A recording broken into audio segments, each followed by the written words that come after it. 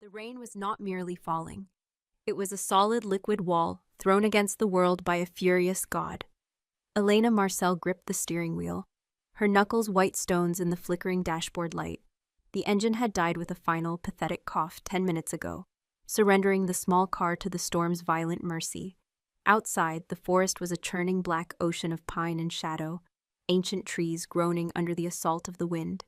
Each flash of lightning bleached the scene to bone white, revealing a landscape of jagged, unwelcoming peaks and woods so dense they seemed to swallow the light whole. This was a place meant to be passed through at speed, not a place to be stranded. A place forgotten by maps and men. Fear, cold and sharp, coiled in her stomach. Her phone had no signal. The road was a treacherous, winding ribbon of asphalt she hadn't seen another car on for over an hour. This was supposed to be a shortcut, a scenic route to her new, quiet life. Instead, it felt like a final destination. The wind howled, a hungry, predatory sound that seemed to have a voice, a personality. It whispered of isolation, of teeth, of the deep, dark cold of the earth. She could feel the forest watching her, its collective life pressing in on the fragile shell of steel and glass. She was an intruder here, a soft, warm thing in a world of old, hard edges. A profound, instinctual terror rose in her throat, the kind her logical mind couldn't reason away. This wasn't just a storm. This was a warning. Then, through the blinding curtain of rain, she saw it, a flicker. Not the chaotic blaze of lightning, but a steady, golden pinprick of light far up the winding mountain road. Hope, as sharp and painful as her fear, lanced through her. With trembling hands, she pulled the hood of her thin jacket over her head, took a deep, shuddering breath, and pushed the car door open. The wind ripped it from her grasp, slamming it back against the frame with a deafening crack. Rain hit her like a physical blow, instantly soaking her jeans and plastering her hair to her skull. She fought her way out, forcing the door shut against the gale. The light was her only bearing, a distant star in a world of roaring chaos. She began to walk, her steps swallowed by the storm's fury, drawn toward that single point of salvation in the suffocating darkness. Every step was a battle against the mud that tried to claim her shoes, against the wind that sought to push her back into the abyss. It felt like an impossible journey, a pilgrimage to a shrine she wasn't worthy of. She didn't know then that she wasn't walking toward a house. She was walking toward a fortress, a kingdom, a fate she could never have imagined. The truth was closing in around her, as patient and as powerful as the ancient mountains themselves. The gates were titanic, wrought iron shaped into the snarling visages of wolves, their metallic eyes seeming to glint with malevolent life in the flashes of lightning. They barred the way to a driveway that disappeared into the manicured darkness of an immense estate. The stone walls on either side were easily 15 feet high, topped with cruel-looking spikes. This wasn't a home. It was a stronghold. Elena's hope faltered, replaced by a fresh wave of intimidation. This was the source of the light, the place she had struggled through hell to reach, and it looked more forbidding than the forest she'd just fled. She found an intercom set into the massive stone pillar, sheltered by a small granite overhang. Her fingers, numb with cold, fumbled with the button. She pressed it, hearing a faint buzz from within. For a long moment, there was nothing but the howl of the wind. She pressed it again, leaning her forehead against the cold, wet stone, a silent prayer on her lips. Finally, a voice crackled through the speaker, harsh and clipped. "This is a private estate. You are trespassing." Elena flinched, her own voice a thin, reedy thing against the storm. "Please," she begged, the word torn away by the wind. "My car broke down, the storm. I just need shelter, just until it passes." "No one is permitted entry. Turn around and leave." The finality in his tone was a slap. Tears of cold and desperation pricked at her eyes. "I can't. My car won't start. It's miles back. I'll freeze out here. Please, I'm not a threat. I just need help." The silence that followed was heavy, dismissive. She was about to press the button again, to plead one more time, when the iron gate swung inward without a sound, moving with a supernatural grace that was deeply unsettling. Two figures emerged from the gatehouse, clad in dark, tactical gear that seemed out of place on a residential estate. They were huge, both of them, moving with a fluid, predatory economy of motion that sent a fresh chill down Elena's spine. They didn't look like security guards. They looked like soldiers. One of them stopped a few feet from her, his gaze sweeping over her drenched, pathetic form with open disdain. The other spoke into a device on his wrist, his voice a low rumble. "Sir, there's a woman at the front gate, a human, says her car broke down." He listened for a moment, his expression grim. "Yes, sir, alone." Elena wrapped her arms around herself, shivering violently, as much from their intimidating presence as from the cold. The guard who had spoken turned his attention back to her. His eyes, in the faint light from the gatehouse, were a strange, piercing amber. "The Alpha will decide what to do with you. Do not speak unless spoken to. Do not make any sudden movements. Follow us." Alpha? The word snagged in her mind, nonsensical. A corporate title? Some kind of pretentious nickname? She was too cold and frightened to process it. She could only nod, her teeth chattering too hard to form words. They flanked her, walking her up the long, winding drive toward the source of the light. A sprawling manor of dark stone and timber that looked as if it had been carved from the mountain itself. It was magnificent and terrifying, its windows like 100 golden eyes staring down at her. They led her not to the grand front entrance, but to a smaller side door that opened into a stark, stone-lined room.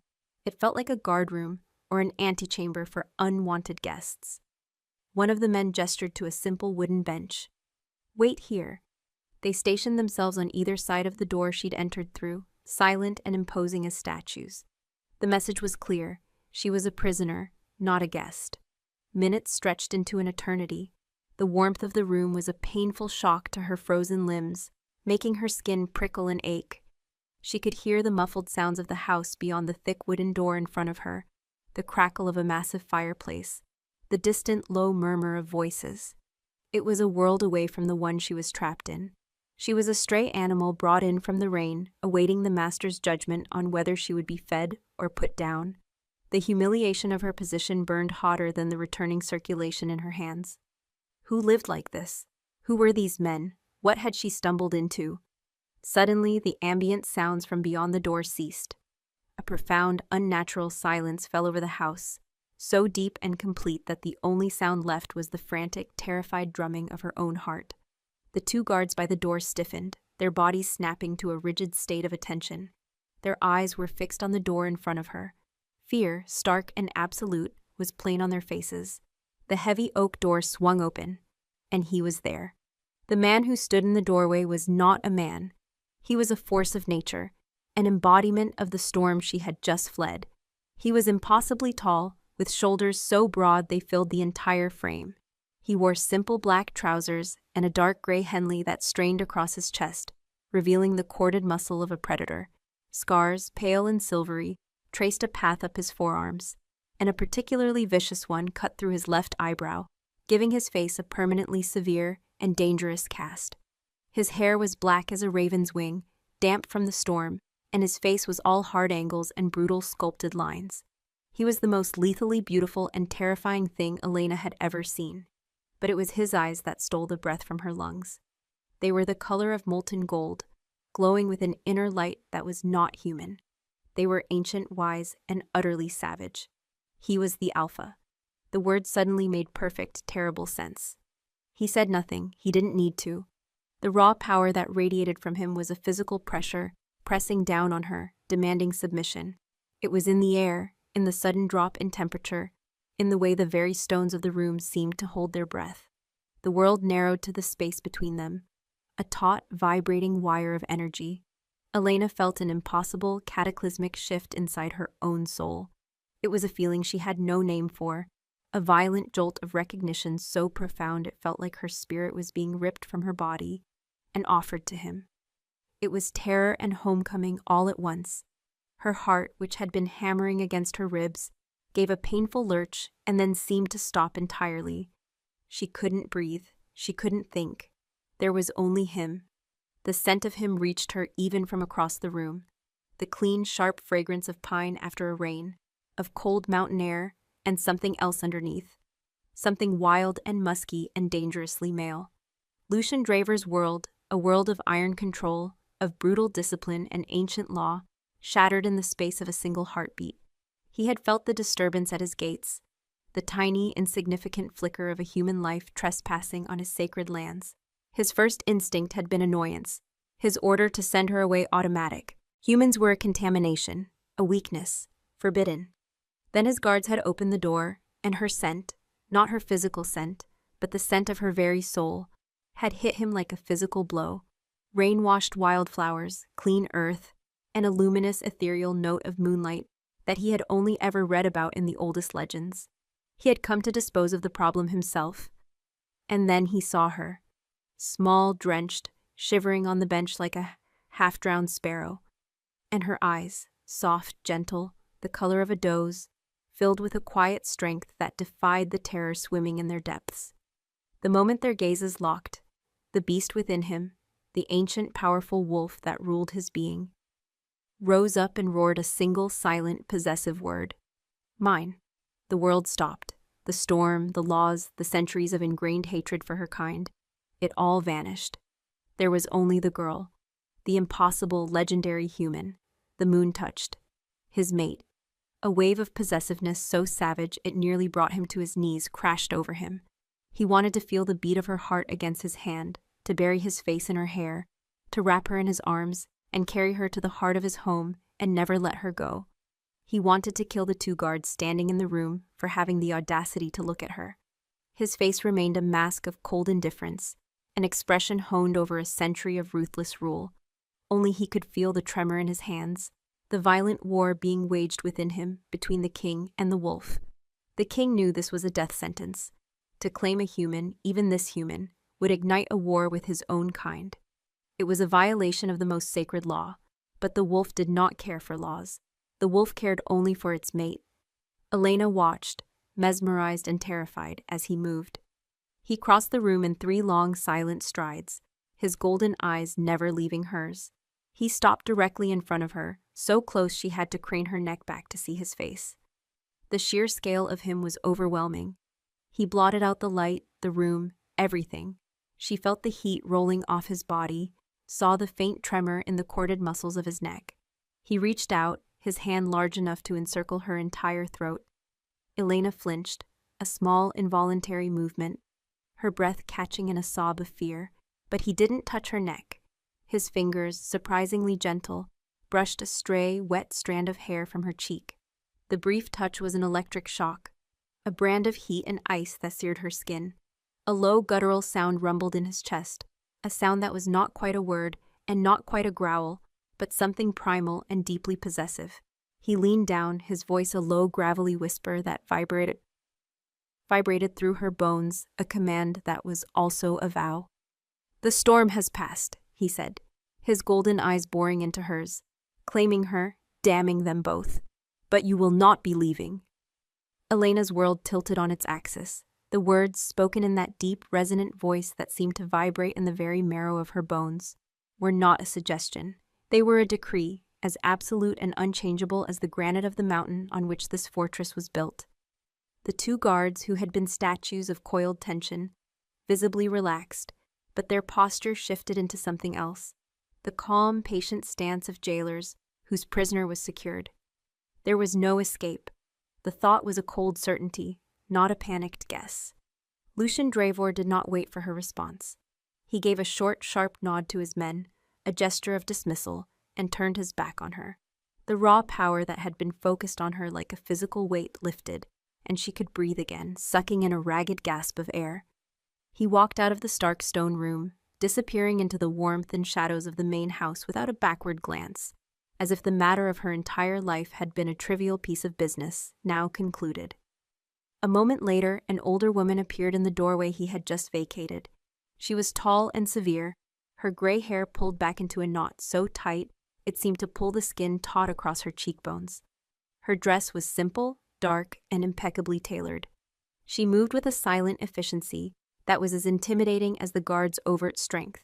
Her eyes, the color of slate, assessed Elena with a cool, detached scrutiny. "I am Marin," she said, her voice crisp and without warmth. "You will come with me." It was another command, not a request. Numbly, Elena rose from the bench, her soaked clothes clinging to her like a second icy skin. Her legs felt unsteady, as if they belonged to someone else. Marin turned and led the way, and Elena had no choice but to follow. The two guards falling into step behind her, their heavy boots echoing softly on the stone floor. They were hurting her. They passed from the cold stone of the antechamber into the heart of the manor, and Elena felt as if she had stepped into another century. The space was cavernous, all dark, polished wood, soaring ceilings with exposed beams the size of ancient trees, and stone archways that led into rooms lit by the flickering glow of massive fireplaces. The air smelled of beeswax, old leather, and wood smoke, a rich, masculine scent that was both comforting and deeply unsettling. Tapestries depicting savage, epic hunts and snarling wolves hung on the walls, their woven figures seeming to move in the dancing firelight. For all its grandeur, the house was utterly silent. It was a listening silence, the quiet of a predator's den, where every soul within was attuned to the master's presence. Marin led her up a wide, sweeping staircase that curved like a spine through the center of the hall. Their footsteps were swallowed by a thick runner of deep crimson. Elena caught sight of their reflections in the dark, gleaming wood of a grandfather clock. A small, pale, bedraggled woman flanked by a severe housekeeper and two hulking guards. A captive. They walked down a long, echoing corridor, the portraits of stern-faced men and women with familiar, unnervingly golden eyes following their progress. Every one of them seemed to radiate the same aura of predatory authority as the man downstairs. This was a dynasty, a lineage of kings, and she, a nobody with a broken-down car, had just been claimed as its newest possession. Marin finally stopped before a heavy oak door and opened it, stepping aside to allow Elena to enter. The room was a sanctuary of warmth and soft light. A fire was already crackling in a stone hearth, its flames reflecting in the polished surface of a dark wood four-poster bed. The room was furnished with an understated but undeniable luxury. A velvet armchair, a thick fur rug on the floor, a silver tray with a steaming carafe set on a small table. A door on the far side of the room stood ajar, revealing a glimpse of a vast, marble-tiled bathroom. "You will bathe," Marin stated, her gaze sweeping over Elena's drenched form with distaste. "These clothes are unsuitable." She gestured to a set of folded garments laid out on the bed, a simple cream-colored chemise of shockingly soft silk and a heavy dark green robe of plush velvet. "Leave your wet things outside the door. They will be disposed of." Disposed of. Like a contagion. Like the last remnants of a life that no longer belonged to her.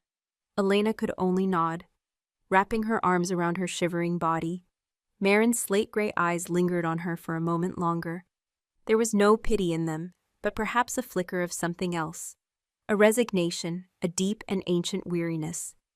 "The master, the Alpha, does not tolerate disobedience," she said, her voice dropping to a lower, more serious tone. "This house has rules.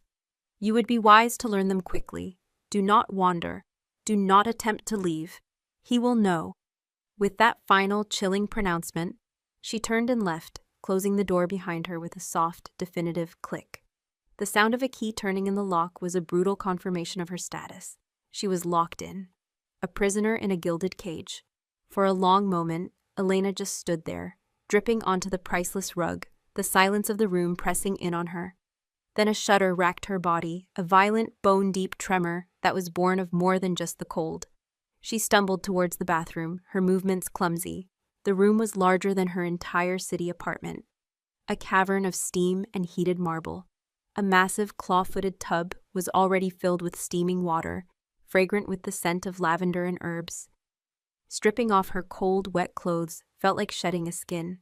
She let them fall to the floor in a miserable heap, a reminder of the ordinary woman she had been just hours ago. Stepping into the hot water was a painful, exquisite shock. She sank into its depths, the heat seeping into her frozen muscles, and finally let out a choked sob. The tears came silently, tracking paths through the grime on her face before dissolving into the bathwater. What was happening? Who was that man? Alpha. The word echoed in her mind. He wasn't just a man. The way he moved, the unholy glow in his eyes, the sheer force of his presence, it was all wrong. It was all more. He was something ancient and powerful, and she had blundered into his world like a mouse into a lion's den. And that feeling, that terrifying magnetic pull she'd felt when he looked at her. What was that? It was still there, a low hum beneath her skin, a strange attunement to him that defied all logic. She felt his presence in this house, in this room, as if he were a part of the very air she breathed. She washed away the mud and the grime of the road, her hands shaking. When she was clean, she climbed out, wrapping herself in a towel that was impossibly thick and soft.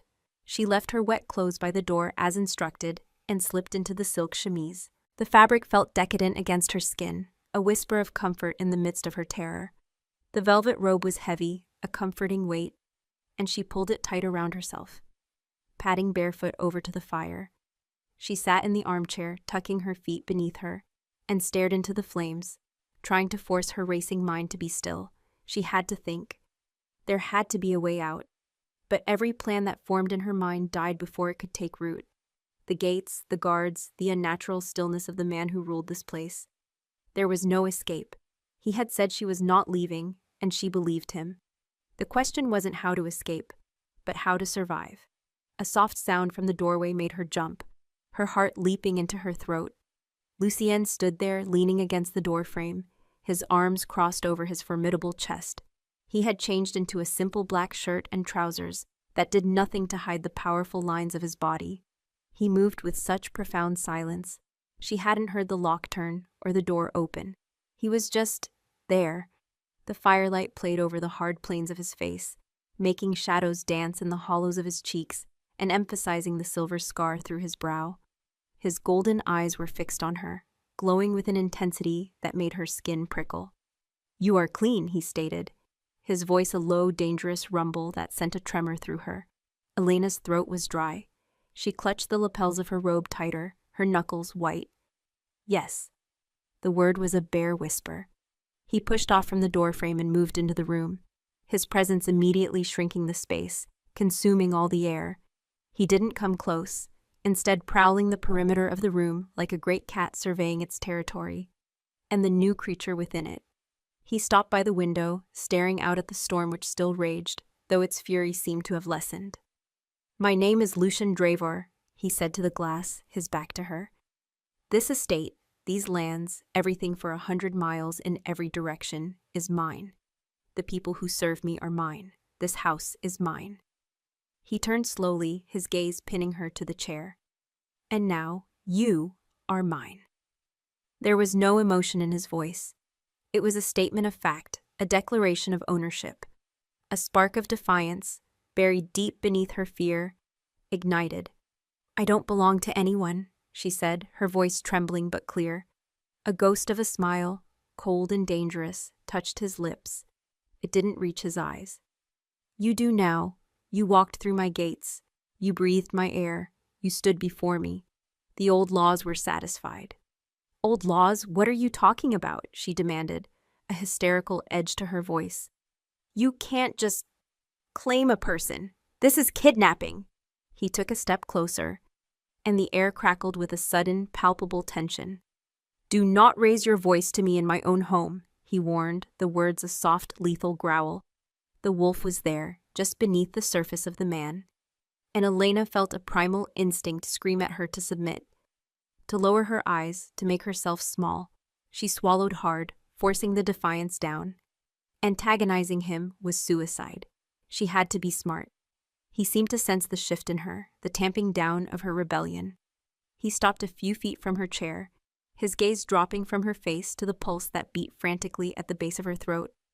"You are human," he murmured, the words laced with a strange mixture of wonder and disgust. "So fragile, I could snap your neck with one hand." Elena flinched, her hand flying to her throat protectively. The image was so vivid, so horribly plausible, that she felt a wave of nausea. "But I will not," he continued, his eyes lifting back to hers. The inner fire in them seemed to burn brighter. "Because you are different. There is something about you, a scent." He took another slow step forward, closing the remaining distance between them. He knelt before her chair, a king humbling himself before a peasant, yet the gesture held no humility. It was the movement of a predator getting on its prey's level. He was so close now she could see the flecks of black in his golden irises, feel the warmth radiating from his body. That scent, being mountain air and wild musk, enveloped her, clouding her thoughts, making her feel dizzy. He lifted his hand, and she froze, expecting a blow, a harsh grip. Instead, his fingers went to the thick velvet of her robe, near her shoulder. He didn't touch her skin, yet she could feel the heat of his fingertips through the fabric. He lowered his head, his face drawing near to the curve of her neck and shoulder. Elena held her breath, her entire body rigid with a terrifying mix of fear and a strange, unwelcome anticipation. He inhaled, a long, slow, deliberate breath, and a deep shudder went through his massive frame. A low growl rumbled in his chest, so profound it vibrated through the floor, through the chair, into her very soul. It was a sound of pure, undiluted possession, of savage satisfaction. It was the most terrifying and electrifying sound she had ever heard. He pulled back, his eyes dark, turbulent pools of molten gold. The control he held over himself was visible in the hard line of his jaw, the white-knuckled grip of his other hand on his knee. The king was fighting the wolf, and the battle was a fearsome thing to witness. Moon-touched, he breathed, the word a curse and a prayer. I did not believe the legends were true. He stood abruptly, turning away from her as if she were a fire that might consume him. He stalked back to the window, his shoulders rigid with tension. What does that mean? Elena whispered, her voice hoarse. What are you? He looked at her over his shoulder, his expression grim, etched with a conflict that seemed to tear him apart. The king had won, for now. The cold, ruthless ruler was back in his eyes. What I am is your new reality, he said, his voice hard as iron. And what you are is a problem. That scent. He gestured toward her, his lip curling in a faint snarl. The thing that makes my wolf recognize you. It is a beacon. To others, to my enemies. In this world, a scent like yours is not a gift, it is a death sentence. The words hung in the air between them, heavy and sharp as fragments of shattered glass. A death sentence. Lucian didn't elaborate. He didn't offer comfort or explanation. He simply turned, a predator who had delivered his verdict, and walked out of the room, the heavy door closing behind him with a quiet, final thud. This time, Elena did not hear the key turn in the lock. The omission was somehow more terrifying than the sound itself. He was no longer locking her in. He was locking the world out. He was guarding his new problematic property. Elena sank back into the velvet armchair, her body trembling, her mind a maelstrom of his words. My wolf recognizes you. A beacon. Death sentence. Wolf. He'd said it so casually, as if discussing a pet or a part of his own anatomy. But the way he said it, it was him. The wolf was him. An insane, impossible thought took root in the fertile soil of her terror. The glowing golden eyes, the unnatural speed and silence of his movements, the low, rumbling growl that had vibrated through her soul, the way his men moved with a coordinated, predatory grace. Alpha. She pushed the thought away. It was madness, the product of shock and fear. People didn't turn into animals. Such things belonged in Gothic novels and cheap horror films, not in the real world. And yet, the rational part of her mind, the part that had always relied on logic and evidence, was screaming that she was a fool. The evidence was standing right in front of her, breathing her air, claiming her as his. Some time later, it could have been minutes or an hour, the door opened again. It was Marin, carrying a silver tray laden with food, a bowl of thick, fragrant stew, a hunk of dark bread, and a pewter goblet of water. She set it on the table beside Elena's chair, her movements precise and economical. You will eat, she said, her slate-gray eyes unreadable.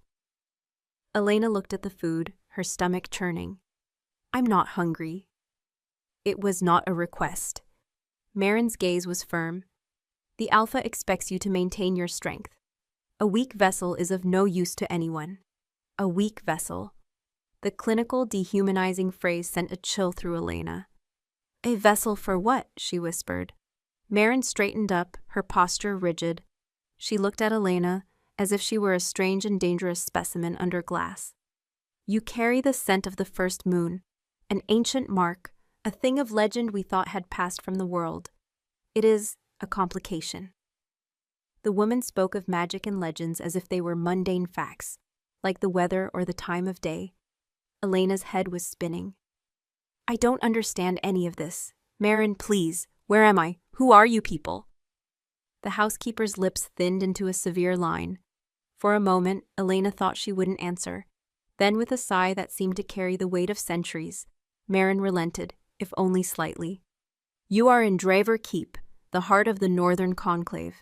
We are the guardians of the old ways, the children of the wolf. We are shifters, and you, girl, have stumbled into the court of our king. Shifters, the word hung in the air, confirming the madness. Elena's breath hitched. She stared at Marin, at the woman's unnerving stillness, and saw it, the faint predatory alertness that she had seen in the guards, in Lucian himself. It was a shared trait, a species marker. That's impossible, Elena breathed, shaking her head.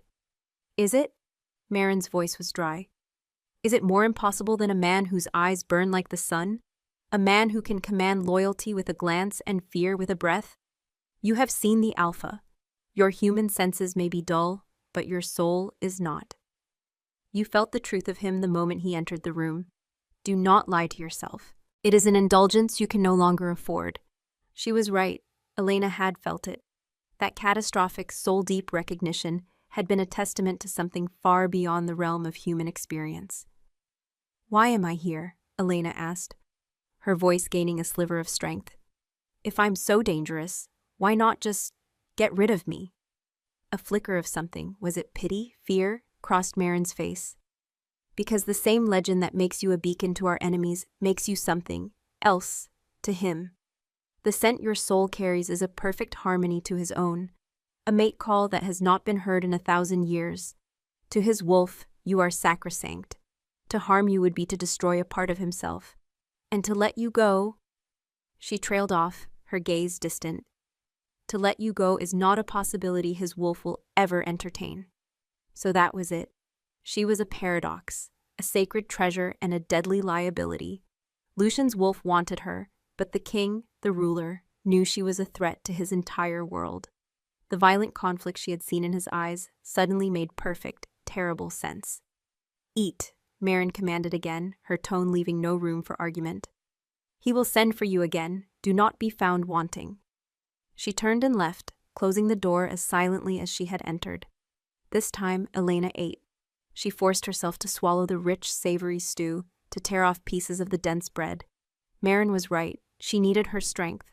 Not to be a good vessel, but to survive. As warmth spread through her stomach, a small, hard kernel of resolve began to form amidst her fear. She was Elena Marcel. She had survived a childhood of quiet neglect, had built a life for herself from nothing. She was not a possession. She was not a vessel, and she would not be broken by this gilded cage and its monstrous, beautiful king. An hour later, one of the guards from the gatehouse appeared at her door. He did not speak, merely gestured with his head for her to follow him. Her heart began to pound again, a frantic bird against her ribs, but she stood tall, wrapping the velvet robe around her, and followed him out of the room. He led her not back down the main staircase, but deeper into the wing, toward what she assumed was the Alpha's private domain. They stopped before a pair of immense doors carved from a wood so dark it was almost black. The carvings depicted a great wolf, its head thrown back in a silent howl to a full moon. The guard pushed the doors open and stepped aside. The room was a library, but it felt more like a cathedral dedicated to knowledge and power. Bookshelves soared 2 stories high, crammed with leather-bound volumes that looked ancient and priceless. A rolling ladder leaned against one wall, and a mezzanine with a wrought iron railing circled the upper level. In the center of the room, a massive desk, carved from the heart of a single giant tree, sat before a window that looked out over the storm-lashed mountains. And behind the desk, bathed in the soft glow of a green-shaded lamp, sat Lucian. He was reading, his dark head bent over a heavy, open tome. The lamplight caught the silver in his scar and the deep black of his hair. He looked less like a monster and more like a scholar, a king burdened by the weight of his own history. He did not look up as she entered, but she knew he was aware of her every breath, every nervous shift of her weight. The tension in the room was a living thing. She stood just inside the doorway, waiting.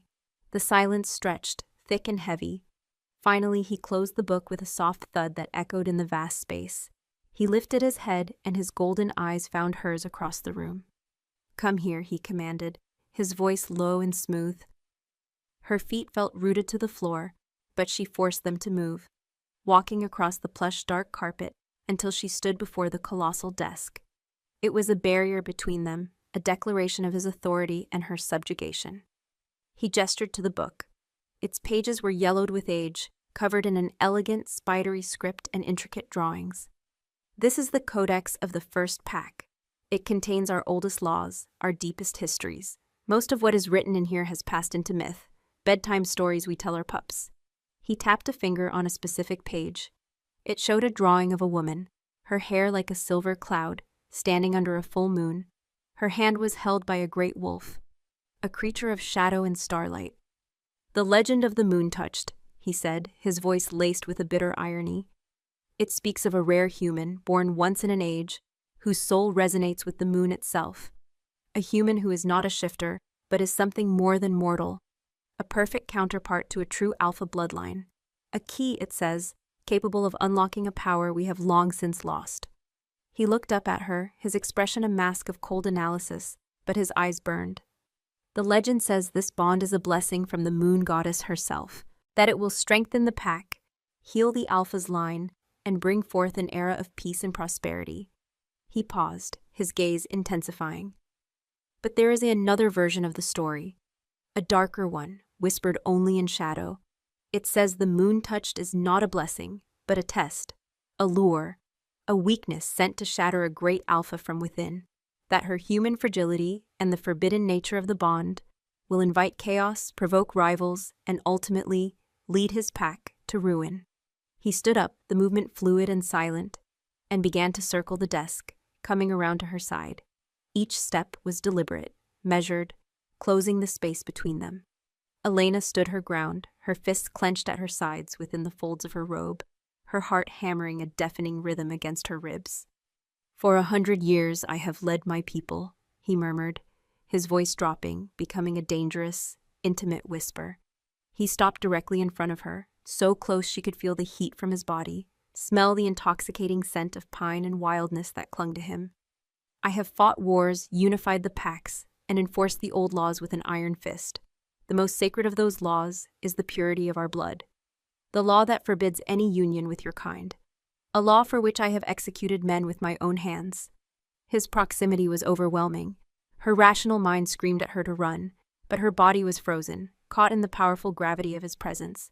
That strange, deep hum of recognition was thrumming through her veins, a siren song that both terrified and thrilled her. "And then you," he continued, his voice rough with the conflict that tore through him. "A little human sparrow, lost in a storm, walk through my gates, and your soul.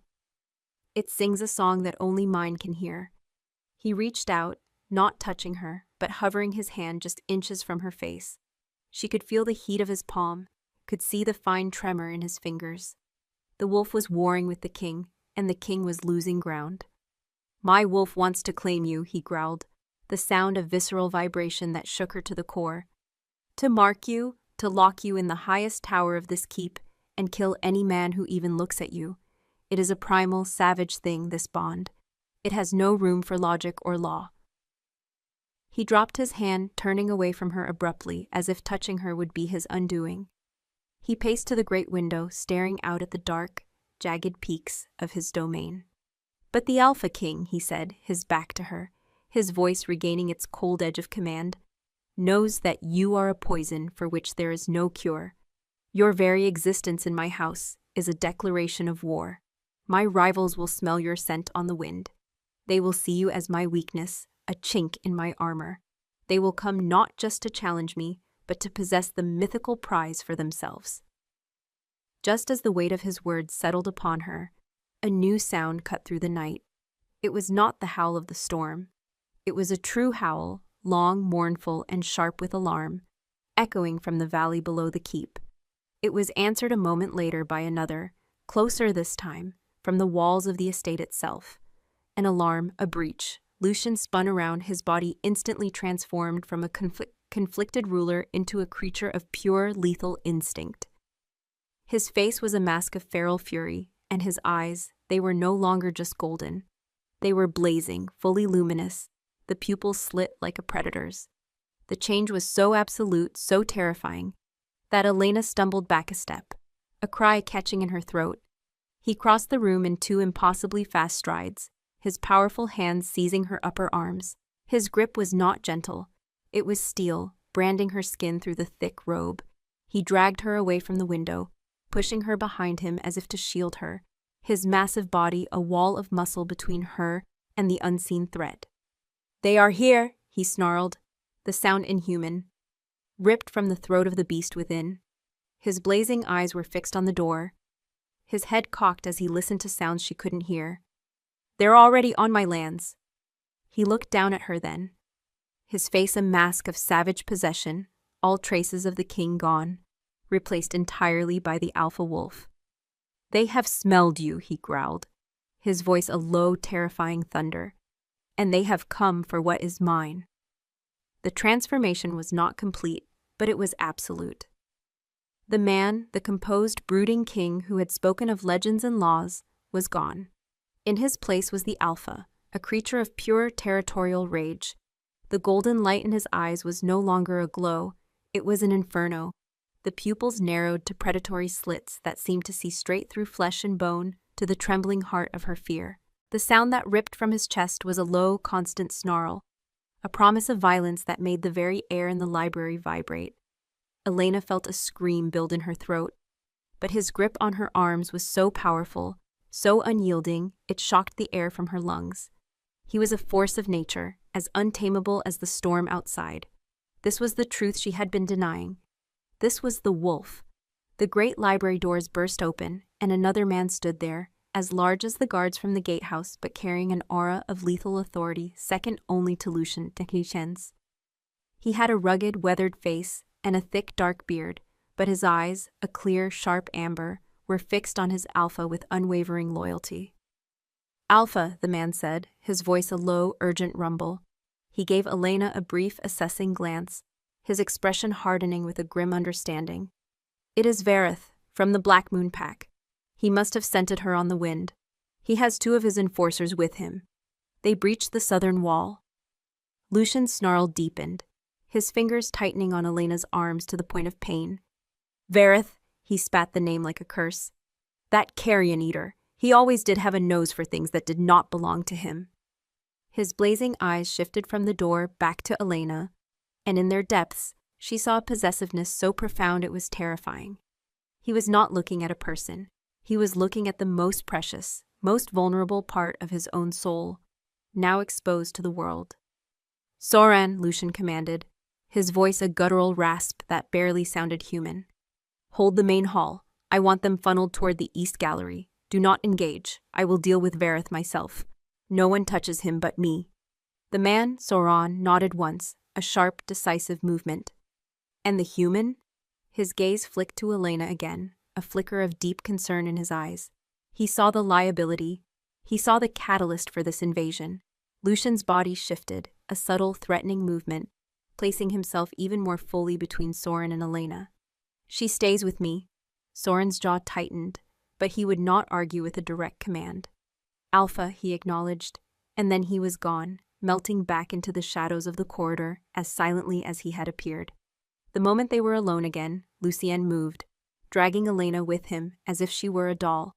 He pulled her towards the towering wall of bookshelves behind his desk, his free hand pressed against a section of intricately carved wood depicting a wolf battling a great serpent. There was a low grinding sound of stone on stone, and a section of the bookshelf swung inward, revealing a dark, narrow opening. A hidden passage. "In," he commanded, pushing her toward the darkness. Elena's feet stumbled on the threshold. The air that billowed out was cold and smelled of damp earth and centuries of disuse. "What? Where are we going?" "Somewhere his filth-ridden nose won't find you," he snarled, shoving her forward more forcefully. He followed her in, and the bookshelf slid shut behind them, plunging them into absolute blackness. The sound of the mechanism locking into place was a tomb-like seal.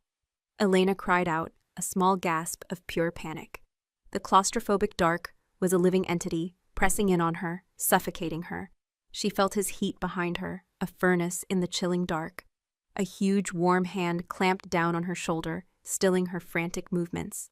"Be still," his voice was a low growl in her ear, his breath hot against her skin. "There are stairs." He guided her forward, one hand on her shoulder, his other finding the rough stone wall. They descended into the cold earth, each step echoing in the tight confines of the passage. The only light was the terrifying, faint luminescence of his eyes, two floating embers in the suffocating dark. The sounds from the library above grew muffled, distant, replaced by the sound of their breathing and the frantic, wild beating of her own heart. The passage opened into a small circular room, hewn from the living rock of the mountain. It was utterly bare, save for a single stone bench. It felt ancient, a place of last resort. A dungeon, a tomb. Lucienne released her, and she stumbled away from him, her back hitting the cold, curved wall. He stood in the center of the small space, a caged god of fury, his massive form seeming to suck all the air from the room. The faint, unholy light of his eyes was the only illumination, casting long, distorted shadows that danced and rittered on the stone. He was breathing heavily, not from exertion, but from the effort of holding the wolf in check. "Your scent," he rasped, the words torn from him. "When you are afraid, it grows stronger. It's like a flower of moonlight blooming in the dark. He would have found you in seconds." Elena wrapped her arms around herself, trying to control the violent shivering that had taken hold of her. It wasn't just the cold of the room, it was the chilling realization of what she was. A beacon. A living lure that had brought violence and death to this house. Guilt, sharp and sickening, twisted in her gut. I don't know how," she stammered. "Of course you don't." He cut her off, his voice raw. He began to pace the small room, 3 steps one way, 3 steps back, the contained energy in his movements like a gathering thunderstorm. "You are an anomaly, a spark of magic in a world of flesh and blood. You know nothing of what you are, or what you do to those like me." He stopped his pacing, his blazing eyes locking on her again. He took a step closer, and then another, until he was standing directly before her, pinning her against the wall with his sheer presence. He braced his hands on the stone on either side of her head, caging her in. The heat from his body was immense, a stark contrast to the cold seeping into her back from the wall. "I can smell it now," he growled, his voice dropping to a dangerously intimate whisper. "Even in this stone bog, the scent of your soul. It's intoxicating." He lowered his head, his face drawing near to her throat, just as he had done in her room, but this time was different. There was no restraint, no kingly battle. This was the pure, primal instinct of the wolf. He inhaled deeply, a guttural sound of agonized pleasure rumbling in his chest. "It calls to every part of me. It demands a response." Elena's mind went blank with terror, and something else, something she was too ashamed to name. A fatalistic, magnetic pull. She could feel the vibrations of his growl through the wall, through her own bones. Her pulse was a wild, frantic drum against her skin, a frantic rhythm just for him. "I should mark you," he whispered against her skin, the words a confession of his darkest impulse. "I should sink my teeth into your throat right now and brand you as mine. Mingle your blood with my saliva. Let the world know that you belong to the Draver Alpha. The scent of my claim would overwhelm your own. It would hide you. It would protect you." His breath was hot on her neck. She could feel the phantom pressure of his teeth, the sharp points of his canines. The image was barbaric, savage, and yet a perverse, instinctual part of her, a part she hadn't known existed, did not recoil. It was a strange, dark whisper of belonging, of safety in the face of absolute possession. He lifted his head, and his eyes were pools of molten agony. The war was back, raging in his gaze. The man and the monster, tearing each other apart. His knuckles were white where his hands gripped the wall. "But you are human," he gritted out, the words tasting like ash in his mouth. "My bite would not just mark you, the venom of my kind. It would either kill you or force a change your fragile body could not survive. To claim you is to risk destroying you." He was so close, his face just inches from hers. The fury, the lust, the savage possessiveness, and the profound, unwilling tenderness in his gaze was a devastating combination. He was a creature of myth, and she was the impossible, fatal flaw in his legend. Suddenly, a loud crash echoed from far above, followed by a chorus of furious, inhuman snarls. The sounds of battle. Reality came crashing back in. Lucian flinched as if struck. The king resurfaced, his jaw hardening, his eyes clearing slightly of the feral haze. He had a duty. His pack was fighting. He was down here, trapped by a scent, while his men faced a rival on their own lands. He pushed away from the wall, the release of pressure so sudden, Elena almost fell. He turned his back on her, running a hand through his dark hair in a gesture of profound frustration. "Stay here," he commanded, his voice once again the cold, hard instrument of the Alpha King. "Do not make a sound. Do not move from this room. I will deal with Werewolf. And when I return—" He trailed off, turning to look at her one last time, his expression unreadable, terrifying. "When I return, we will finish this." He strode to the passageway but paused at the threshold. He looked back at her, a captive in a stone tomb he had put her in to keep her safe. A low sound, almost like a pained whisper, escaped his lips. "Do not be afraid of me, Elena," he murmured, the first time he had used her name. The sound of it in his deep voice was a caress, an acclaim. "Be afraid of what others will do to get to you." And then he was gone, swallowed by the darkness of the passage. The sound of his footsteps receded, and the heavy stone door slid shut far above, sealing her in an utter, silent blackness. Elena slid down the wall to the floor, wrapping her arms around her knees, her body shaking uncontrollably. She was alone. Alone with the muffled, terrifying sounds of the fight and the echo of his last words. Minutes stretched into an eternity. The sounds of snarling and crashing seemed to get closer, then fade away, a symphony of violence from another world. She pressed her hands over her ears, trying to block it out, trying to block out the feel of his breath on her neck, the imagined pressure of his teeth. Then the sound stopped. A profound ringing silence fell over the keep. Elena held her breath, listening. Was it over? Who had won? The silence was more unnerving than the noise. She waited, every nerve ending screaming, for the sound of the stone door opening again. Instead, a new sound came. A soft, dry scraping from just outside the hidden door at the top of the stairs. A slithering, scratching noise. And then, a scent. It seeped under the door, into her stone prison. It was not Lucian's scent of pine and clean mountain air. This was a foul, musky smell, like wet fur and blood and something acrid, like rot. It was the scent of a strange wolf. A low, chuckling voice whispered from the other side of the stone, so close it felt as if it were breathing into her ear. "I know you're in there, little moonflower. Dravor can't hide you from me. I can smell your sweet, terrified soul."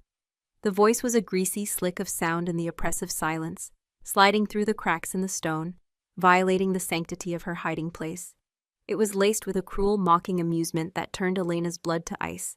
The foul, musky scent of the strange wolf intensified, a predatory stench that made her stomach heave and her lungs burn.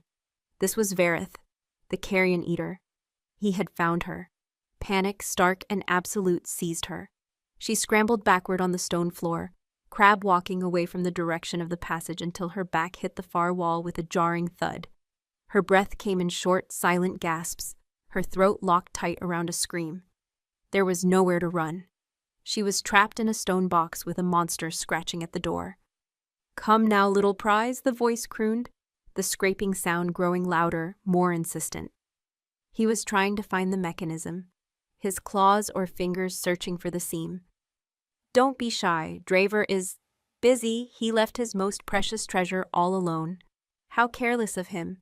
Did he tell you what they say about you? That your blood can make an alpha an emperor? That a child from your womb would be a god among wolves?" His words were poison, each one a calculated strike designed to terrify and confuse.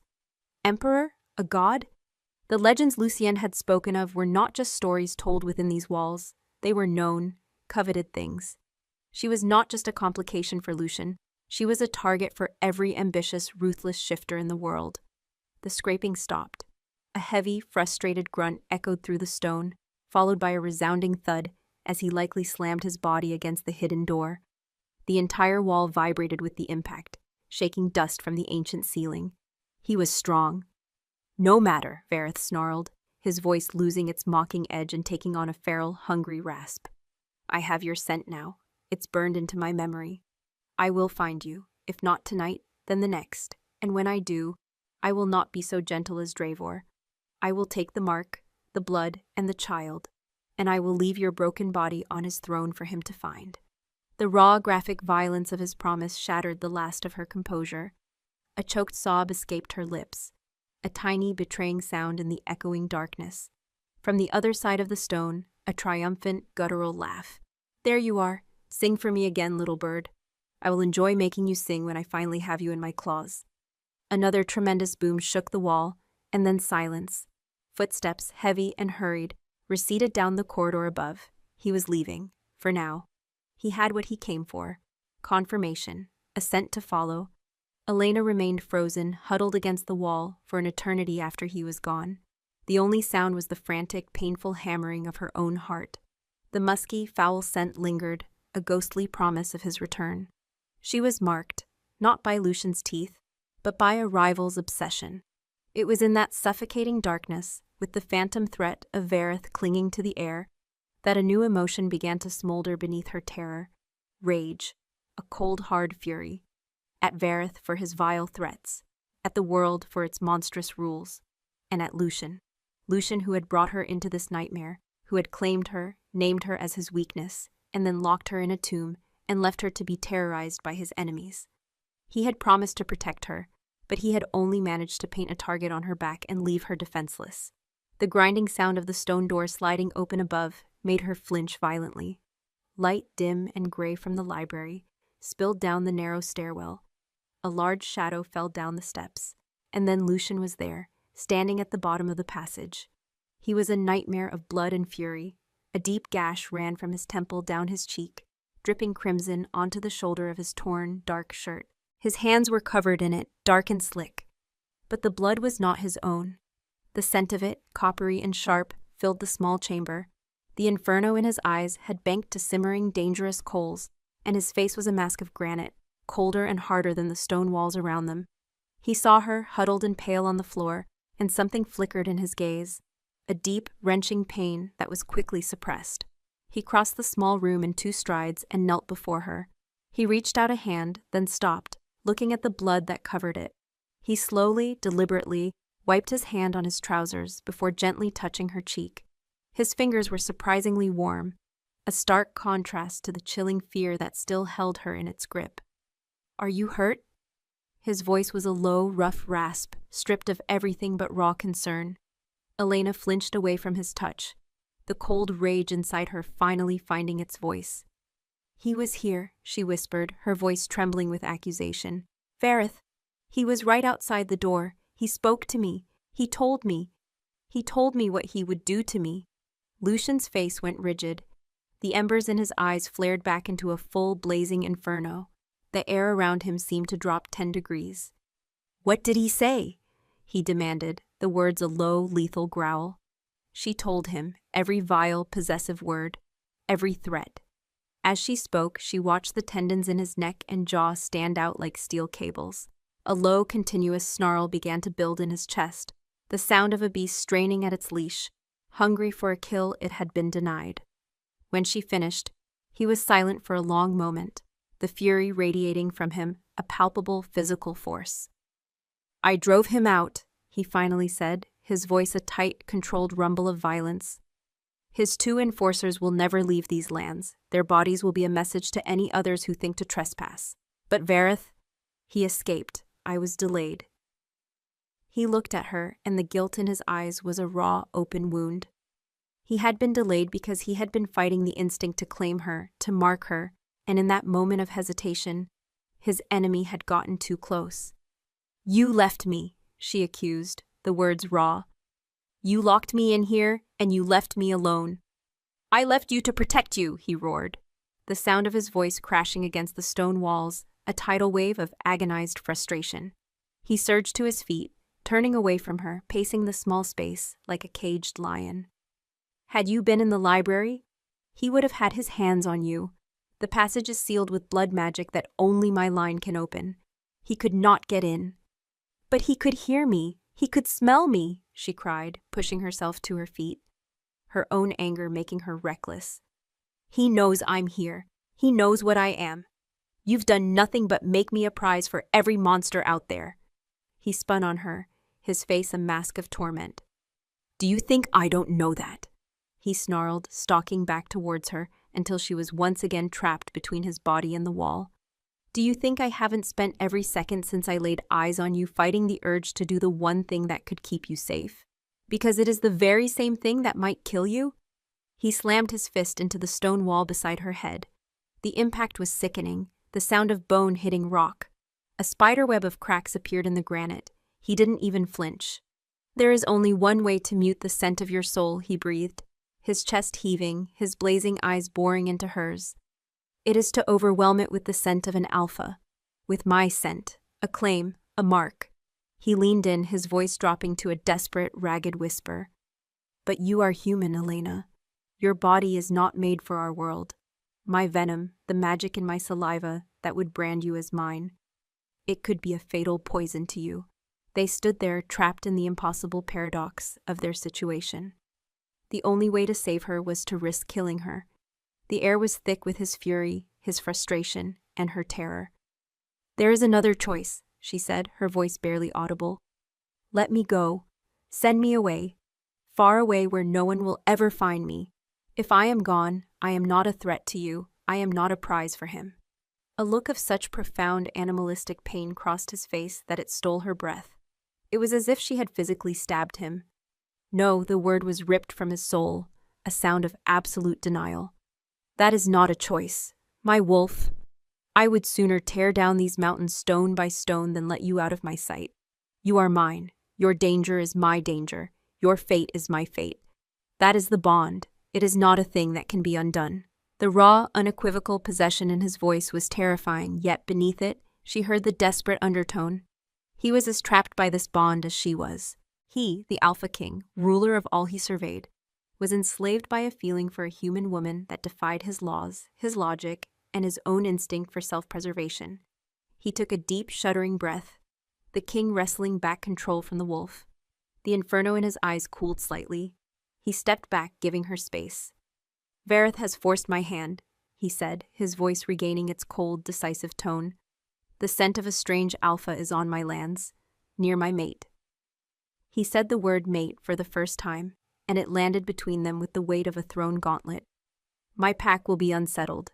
They will smell the intruder, they will smell your fear, and they will smell my indecision. An alpha who cannot control his territory and protect what is his is no alpha at all.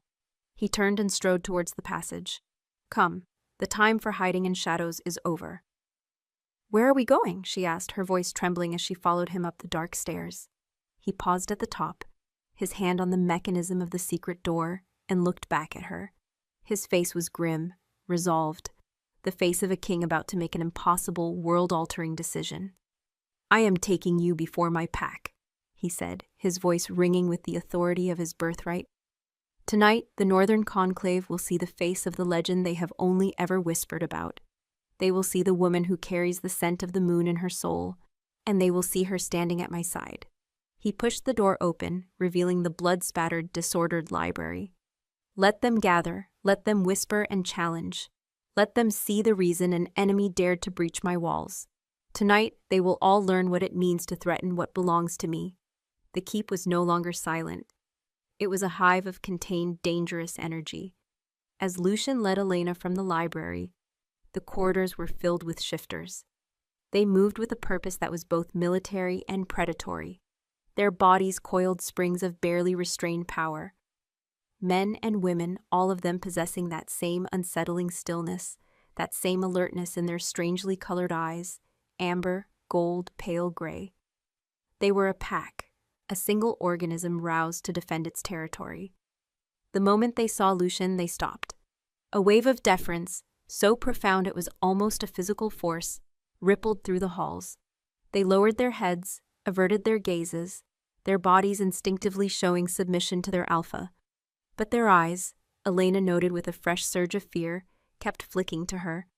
They saw her, the small, pale human in a velvet robe, standing in the shadow of their blood-spattered king. And they smelled her. She could see the confusion, the distrust, the outright hostility on some of their faces. The scent of a human, the forbidden species, was anathema in this place. Yet it was clinging to their alpha, and he was protecting it. Lucian ignored them all. His hand was a firm, possessive brand on the small of her back, steering her through the throng as if they were nothing more than reeds in a river. His message was brutally clear. She is with me. She is mine. Challenge her, and you challenge me. No one did. They melted out of their path, a sea of muscle and suppressed growls, parting for its king. He led her not to the grand hall, but back to the wing where her room was. He stopped at a different door, one even larger and more ornate than the one to her gilded cage. He pushed it open, revealing a vast suite of rooms that could only be his own. It was a space of stark, masculine luxury, dark woods, supple leathers, and furs thrown over heavy, imposing furniture. A massive stone fireplace dominated one wall, the embers of a recent fire still glowing. The entire space was saturated with his scent. The clean, sharp fragrance of pine and cold mountain air. It was so potent here, it was almost dizzying, a tangible manifestation of his power. Maren was there, waiting. Her severe face was paler than usual, her lips a thin, bloodless line.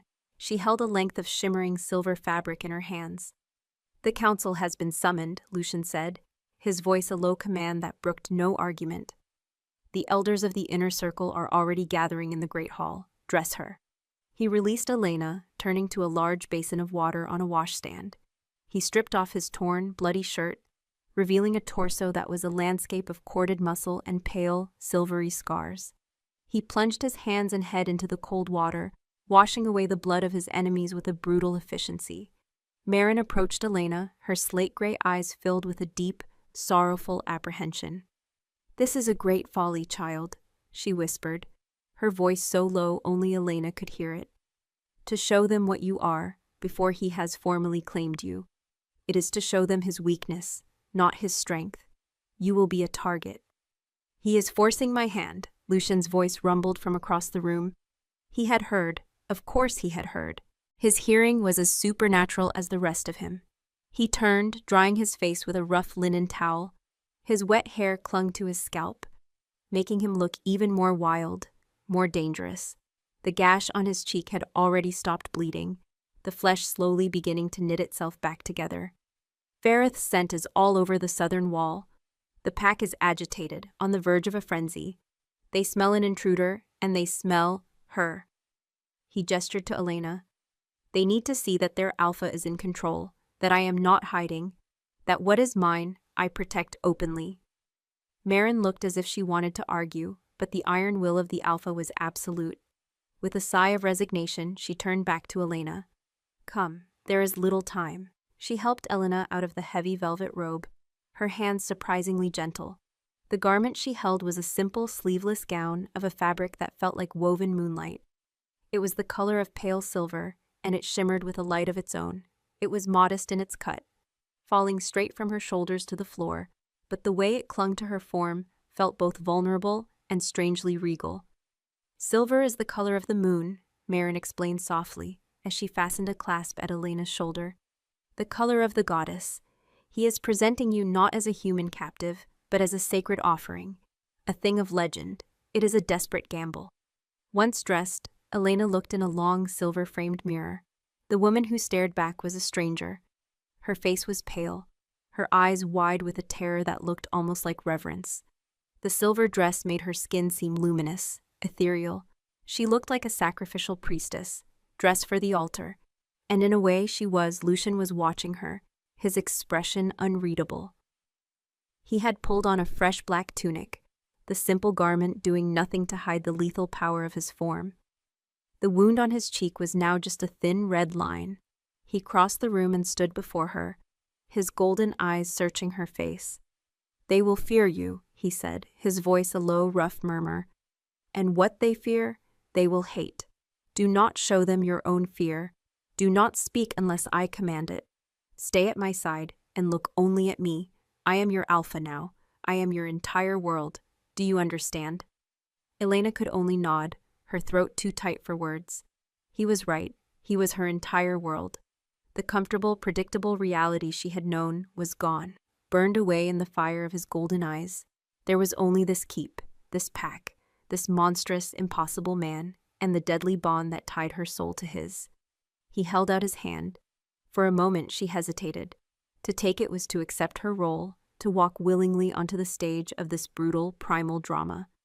But to refuse was unthinkable. His will was a gravitational force, and she was caught in its pull. She placed her trembling hand in his. His fingers, strong and warm, closed around hers, engulfing them completely.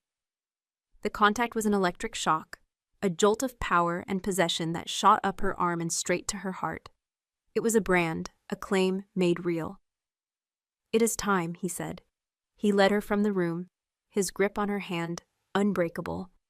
The guards in the corridor, Soren among them, fell into step behind them, a silent, lethal honor guard.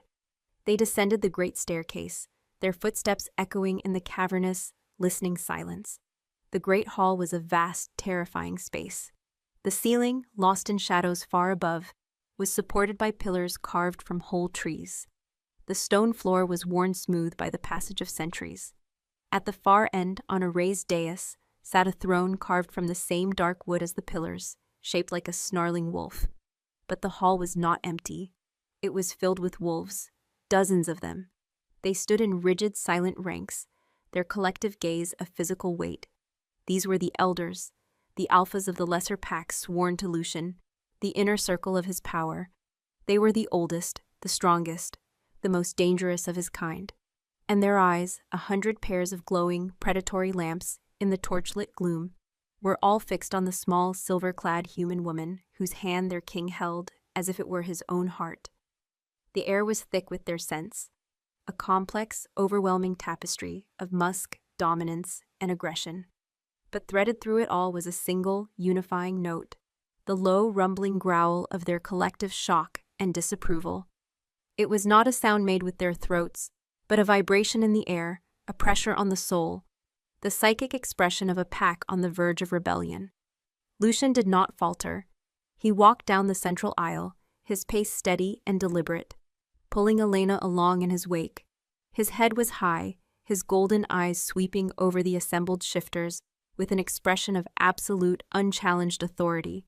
The silent growling intensified, a wave of hostility that washed over Elena, threatening to drown her. She squeezed his hand, her only anchor in the sea of predators. He squeezed back, a silent, firm reassurance. "I am here. I am Alpha." He stopped at the foot of the dais, turning to face them all. He did not release her hand. He kept her at his side, a deliberate, public declaration. An old, grizzled shifter, his face a roadmap of scars, and his hair a wild mane of silver, stepped forward. His eyes were the color of chips of ice, and they held none of the deference of the others. This was a challenger, an elder who believed his time had earned him the right to question his king. "Alpha Drivor," the old wolf's voice was a gravelly rasp. "You have called your council. We have come. We find you entertaining a guest." The word guest was an insult, a sneer. She is human. The law is clear. Her presence here defiles this sacred hall. She should be cast out or put down. A murmur of agreement rippled through the hall.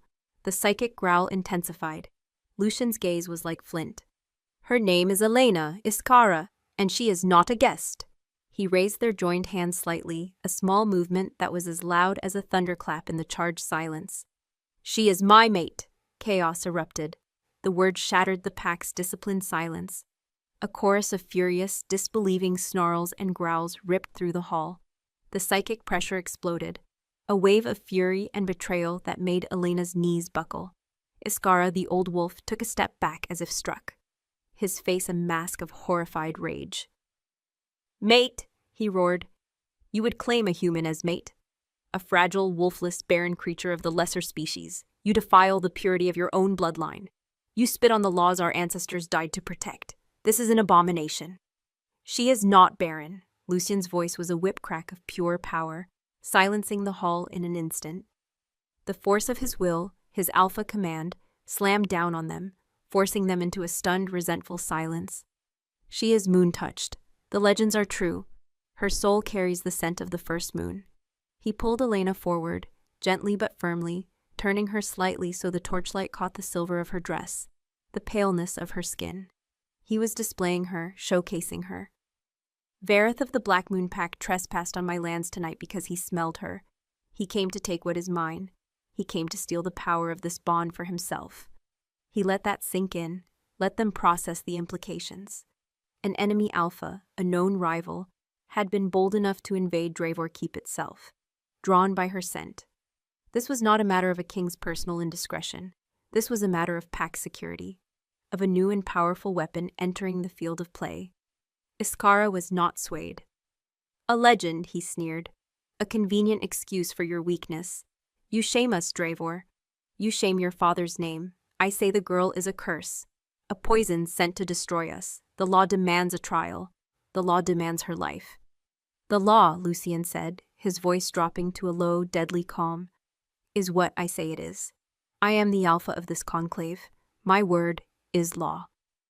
He turned his gaze from Iskara, sweeping it across the faces of every elder in the hall, meeting their eyes, challenging them one by one. "She is mine. She is under my protection. Any who dare to threaten her, any who question my claim, answer to me. In the challenge ring, to the death." He had drawn the final line. He had invoked the ancient right of challenge, the ultimate arbiter of shifter law. To question him further was to declare war on him personally. The hall was silent, but it was a mutinous, seething silence. He had silenced them with the threat of his power, but he had not won their hearts or their loyalty in this. Elena could feel their hatred. 100 pairs of burning eyes focused on her, the source of this schism, this break with their sacred tradition. Then, a new voice, feminine and sharp as steel, cut through the tension. A tall, flame-haired woman with eyes the color of emerald stepped out from the ranks. She was beautiful, fierce, and she looked at Elena with a venomous, personal hatred that was more terrifying than all the others combined. "A challenge is not necessary, my alpha," she said, her voice dripping with a false sweetness that didn't hide its sharp, dangerous edge. She addressed Lucian, but her emerald eyes were locked on Elena. "The law has another path, the right of proving. Let the human prove she is worthy of the alpha's protection. Let her prove she is truly touched by the goddess, and not some human witch who has ensnared our king with her foul magic." Lucian's body went rigid, his grip on Elena's hand tightening until it was painful. "Kaedra," he growled, a clear warning in his tone. But the woman, Kaedra, ignored him, her gaze still fixed on Elena. "Let her walk the bloodstone path. If she is pure, if she is truly the goddess's chosen, the ancient stones will recognize her, and she will walk it unharmed. But if she is just a human, if she is a lie," a cruel, predatory smile touched her lips, "the stones will purify her. They will burn the weakness from our pack with her flesh." The words bloodstone path fell into the charged silence of the great hall like a death sentence. A low, hungry murmur rippled through the assembled pack. It was a sound of dark, unanimous approval. Kaedra's challenge was brilliant in its cruelty, a perfect political trap.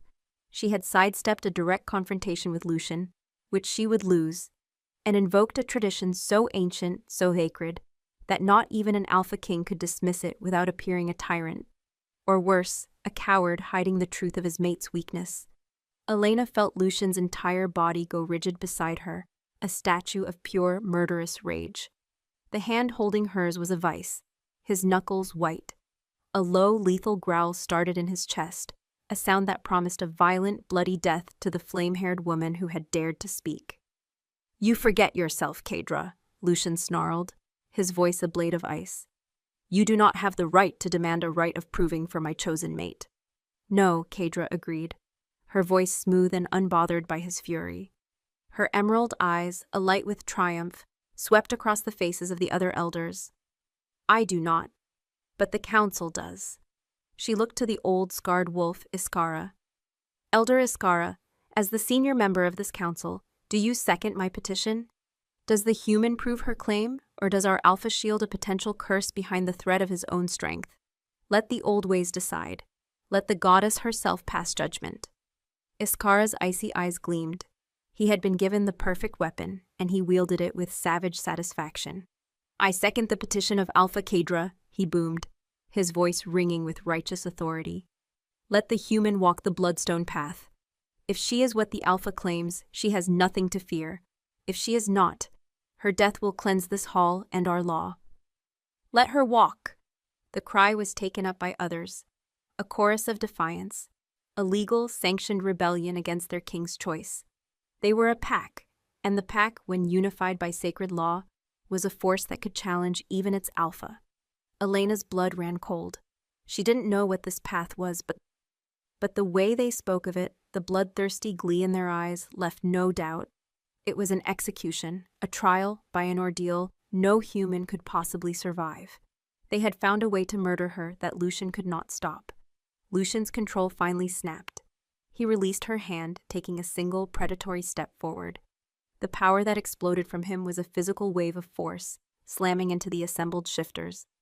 "I will not allow it," he roared, his voice imbued with the full, terrifying power of his Alpha command.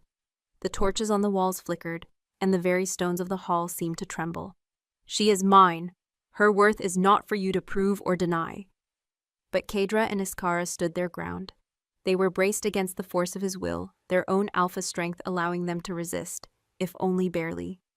"It is the law, Draver," Iskara growled, his face contorted with the effort. "Older than your father's father. If the council demands it, the mate of an Alpha must be proven. You cannot deny it without breaking the conclave covenant. You would be king of a broken pack."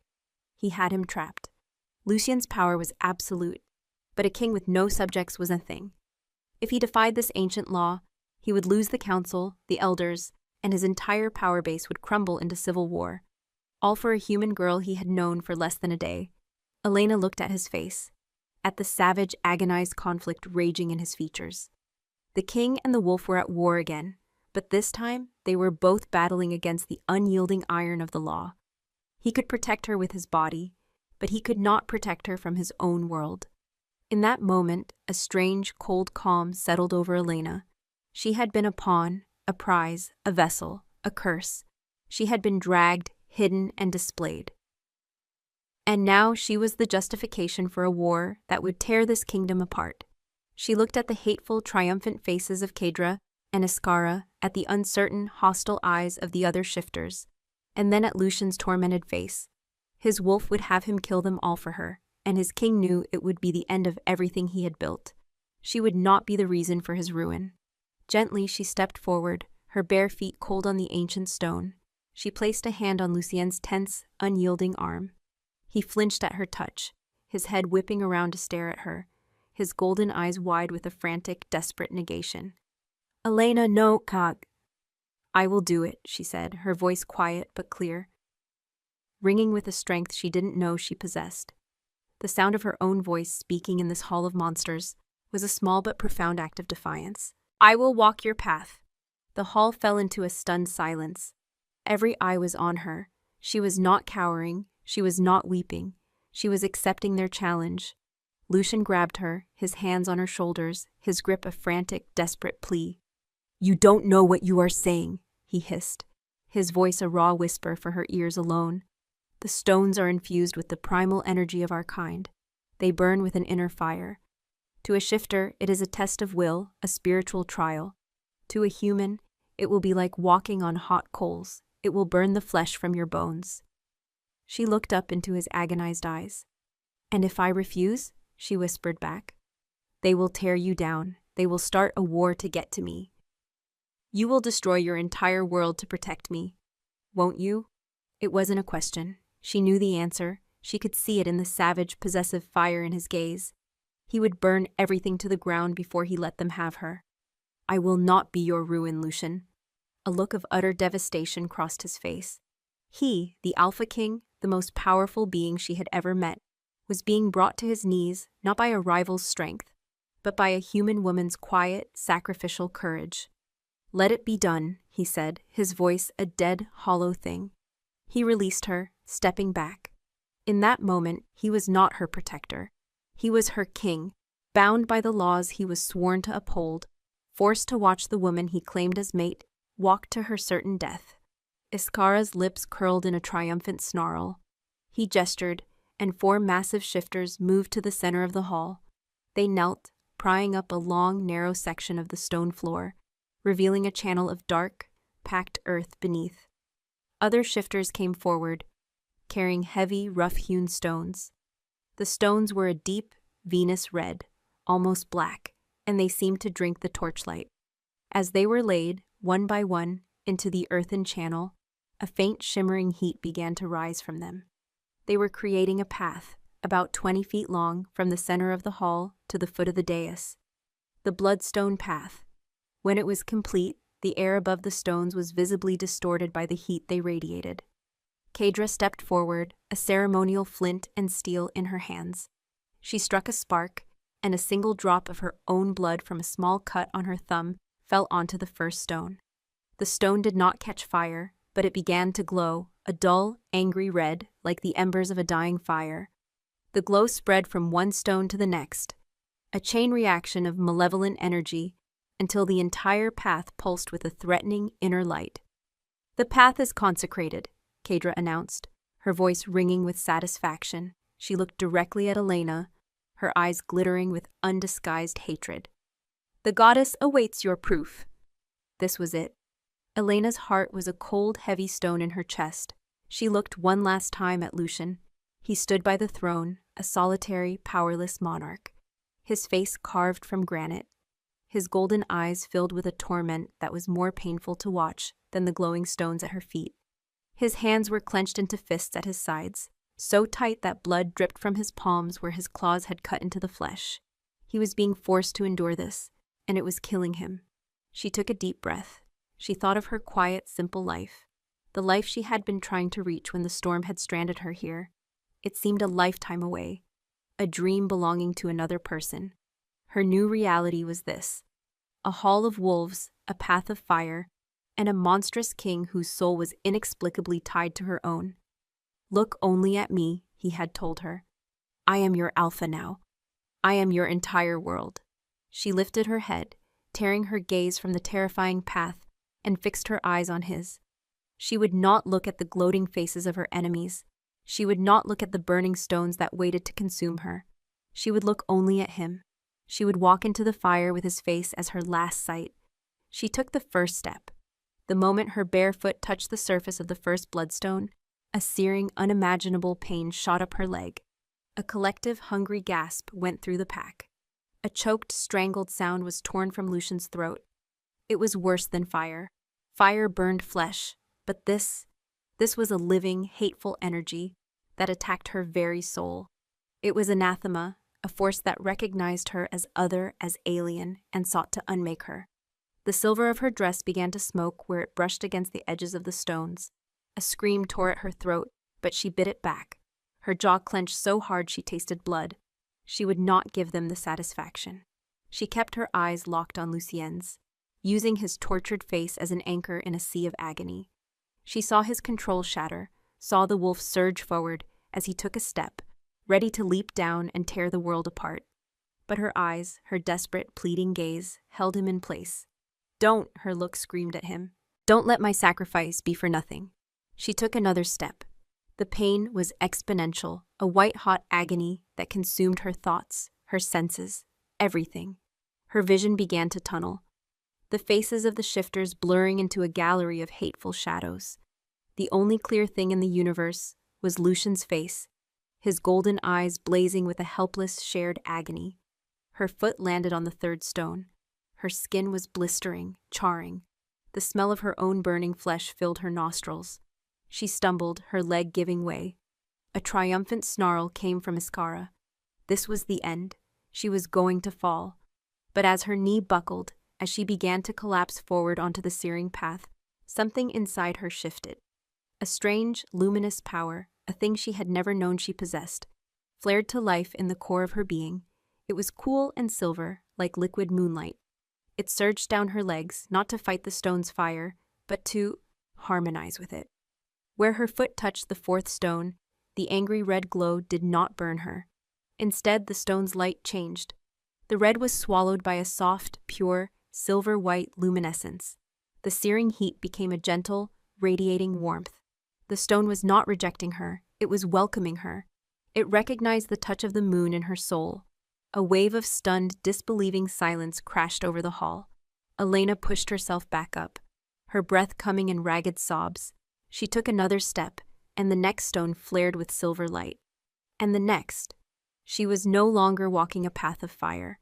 She was walking on paving stones of captured starlight, each step igniting a new beacon of pure, ethereal light. The pain in her burned feet was still there, a throbbing agony, but it was a distant thing, drowned out by the cool silver power that was now flowing through her. She walked the rest of the path, leaving a trail of glowing silver stones in her wake. She reached the end, collapsing at the foot of the dais, her strength utterly gone.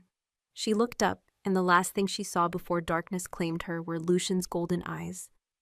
No longer filled with torment, but with a terrifying, world-shaking awe. And something else, something that looked like worship. Elena woke to the scent of pine and healing herbs. The world returned to her slowly, a gentle unfurling from a deep, dreamless darkness. She was lying on something impossibly soft. Furs, she realized, and a heavy, comforting weight was draped over her. She blinked, her vision clearing, and found herself in Lucien's vast, masculine suite. The first light of dawn was filtering through the tall windows, a pale, pearlescent gray that promised an end to the long, violent night. A low fire crackled in the hearth, chasing the chill from the stone room. She was not alone. Lucien was sitting in a heavy armchair beside the bed, watching her. He had not slept. His face was etched with the exhaustion of the battle, the political strife, and the agonizing trial he had been forced to witness. But his golden eyes were clear, fixed on her with an intensity that was devoid of conflict. The war within him was over. The king, the wolf, the man, they were finally in agreement. She tried to sit up, a soft gasp of pain escaping her as she moved. "Be still," he murmured, his voice a low, gentle rumble. He was at her side in an instant, his large, warm hands pressing softly against her shoulders, urging her back down into the furs.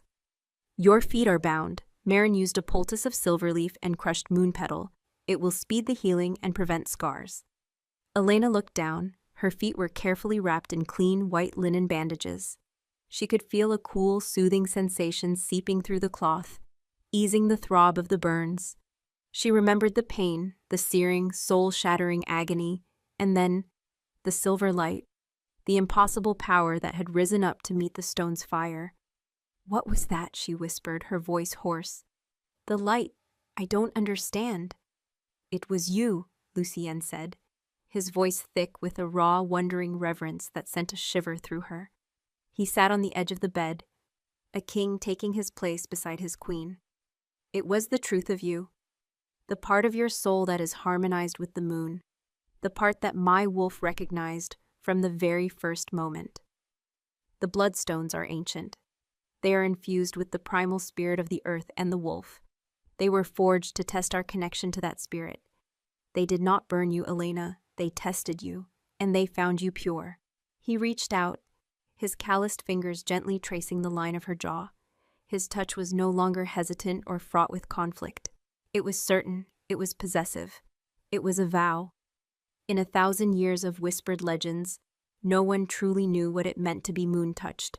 We thought it was a scent, a mark, a compatibility. We were fools. It is a power, a third way. Not wolf, not human, but something other, something blessed.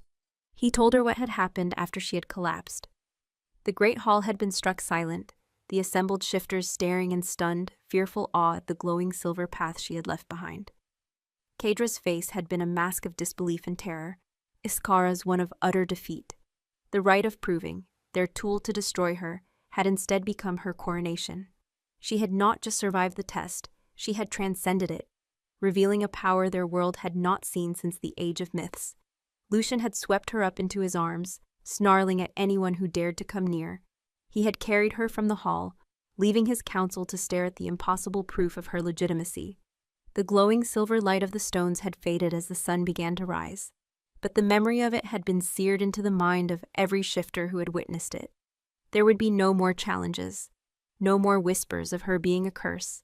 She was the Alpha's mate, proven and accepted by the ancient magic of their own laws.